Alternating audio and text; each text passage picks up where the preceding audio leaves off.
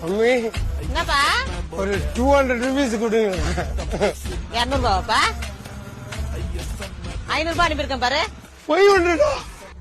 ஏய் என்னடா போதை இறங்குன மாதிரி இருக்கு. போயிட்டு நல்ல நெக்கா குடிச்சிட்டு அப்புறமா தான் நீ வரணும். Sweet mummy. Thank you mummy. Enjoy பண்ற வாழ்க்கைய போடா. ஹலோ அக்கா.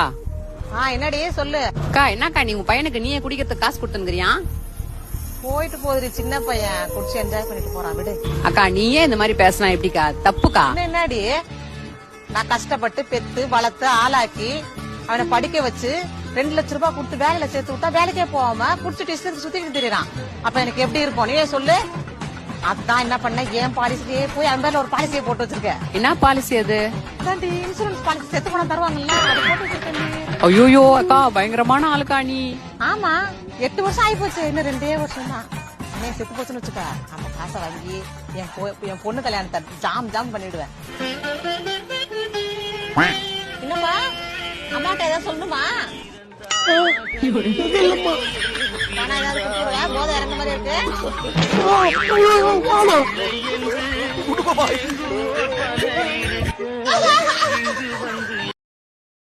Download ShareChat.